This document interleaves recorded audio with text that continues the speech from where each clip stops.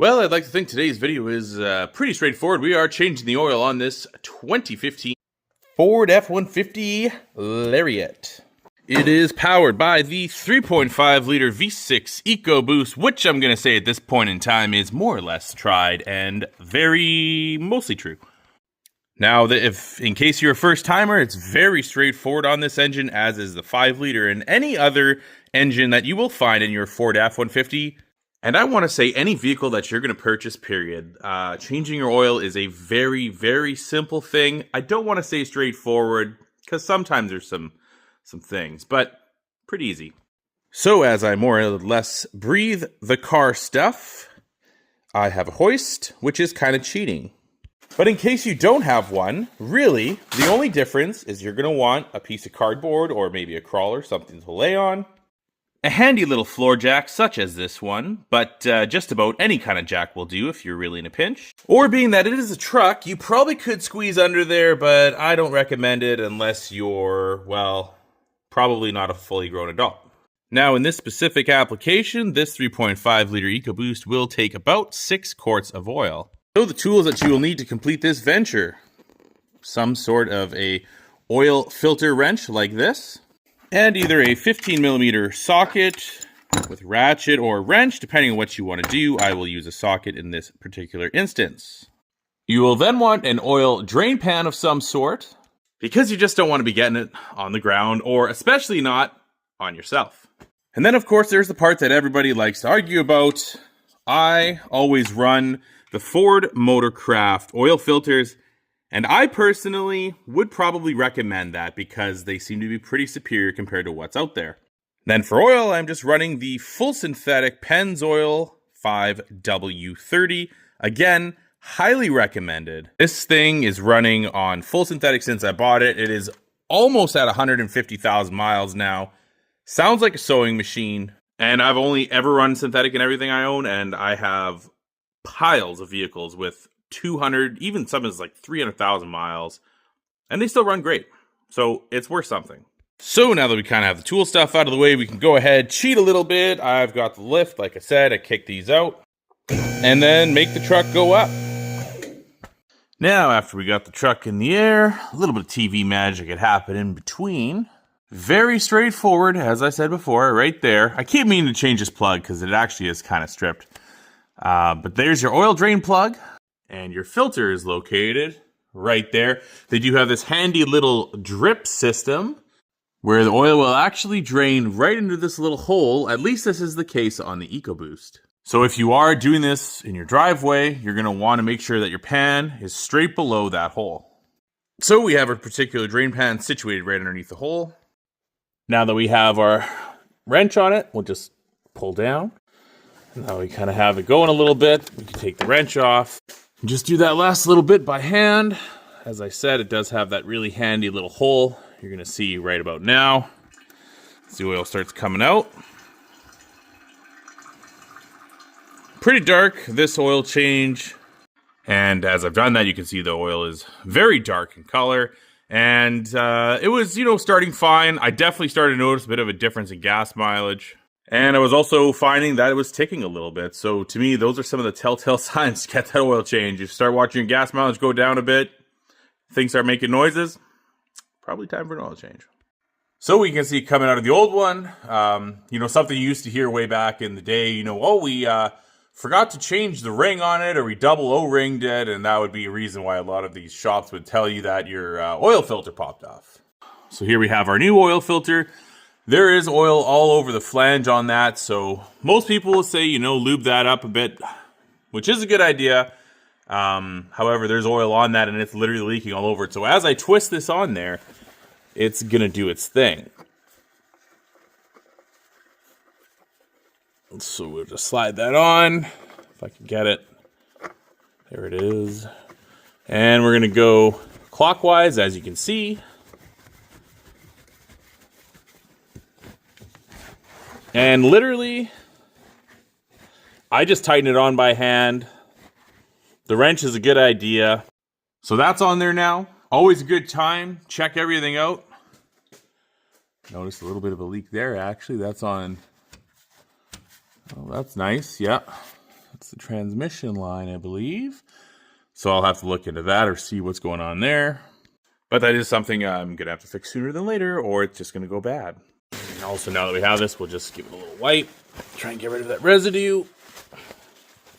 No point in it making more of a mess than it really needs to when we're right here to wipe it anyway. Now we can move this pan back a little bit so it catches the oil we're about to take out. So most of these pans are kind of the same size. And I'm talking about the drain pan, of course. The oil will come out pretty far, actually, as you're about to see. Now we will take our 15 millimeter socket on here, going counterclockwise. So in this case, I use an extension to clear these lines as it does get jammed up here. That's just what I do, but again, that's probably something you're going to have to do as well unless you want to jam it right up under here. You can tell we have this a little bit loose now. Pull the ratchet right off, loosen it the rest of the way by hand. Now you will most likely want a set of gloves that you either don't care about or, maybe they're just your oil change gloves. So once it starts getting close to the end, then we'll quickly pull it away and try not to get covered in oil, which that's always a fun game. Anything's possible. You can feel it wiggling around in there now. You can see it come out on my glove. Of course it did. Pull it away. Boom, there it is. And again, very black. We're sitting... Oh, I forgot that earlier. That this oil change was sitting right about 4,000 miles, a little bit over, or about 7,000 kilometers, depending, again, which wherever your speedo reads, however it reads. Which generally, I'm always 3,000 miles, 5,000 kilometers.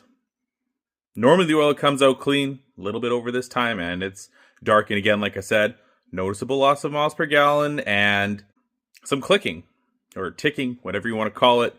Noises that it's not going to make the second I put this fresh stuff in. So you'll just want to give it a minute or two to drain. It really does not take that long. Speaking of messes, that was really nice. I guess the hole was not lined up there, and a little bit of that came out. Cool. Seems like no matter how hard I try, always a little bit of a mess. All right, I've kind of gone and let it drain about as much as it's going to come out. Just hand thread that in. Like I said, I really should get a different oil drain plug because this one's a little stripped from whoever owned it before, as this is a used truck. It's 2015. If yours looks like that, you should probably just replace it. I'll give that a little wipe. Just get all the junk off of there. And now that we have that drain plug on there, hand tight, snug, plus a quarter turn, 45 degrees rotation on the wrench is normally all I ever do, sometimes even less. Ford does recommend something to the tune of 18 to 22 pound-feet of torque if that's what you want. This is an aluminum pan with a steel plug. Newer F-150s have, I believe, plastic plugs, so you got to be careful. And they have crush washers. This one does not. So I'll just roll my giant mess I made out of the way here. Now we can just bring it on down. Now that that's out of the way, onto the fun stuff. Basically, just take your oil cap off. You might want something to reach in there in case you're not that tall like me. And going with exactly what the cap says, which is 5W30 as discussed earlier, we can grab our handy dandy filler neck, place that in there like such. Grab the Pennzoil, unscrew it. This one does not have a cap. Most oils do not anymore. So for what it's worth, just be careful because the last thing you need is 5 quarts of Pennzoil on the ground. And then just carefully dump her in. Not too big of a deal. And once finished, we'll pull this off and we will grab it with a paper towel or cloth, whatever you have, to keep the mess down. Put your oil cap back down, tighten it up, and we'll hop inside the truck, fire it up. Everything's good, engine on, and then you can scroll in here. So what we'll want to do is scroll over to truck info, go to engine information. Now our oil life was at 45%. Hold the OK button right there, and now it is back up to 100%, so we are good to go. Speaking of which, absolutely massive pet peeve of mine, 45% on a little over 4,000 miles. That means that your vehicle, and almost all new vehicles are guilty of this, will let you run really close to 10 50,000 miles on an oil change, and there is no way to tell you how absolutely insane that is. Never, ever, ever, please, I beg you, listen to that. Especially if you like your car and your bank account, because I absolutely promise you that if you run your oil change down to 0, 5, 10% oil life every time, and you're running these 7, 8, 9,000 mile oil changes, which is insane, that engine is not going to last. And I normally don't argue anything, and I hate arguing because it's just annoying. I will die on that hill because I have seen tons of engines blow up because of not changing the oil at a reasonable interval, which mostly is somewhere in the 3,000 to 5,000 mile or 5 to 7 or 8,000 kilometers. But I would promise you, and I don't promise much, that if you do it every, give or take, 3,000 miles, 5,000 kilometers, that engine will last as long as it possibly could. So now we'll just shut this off, like so.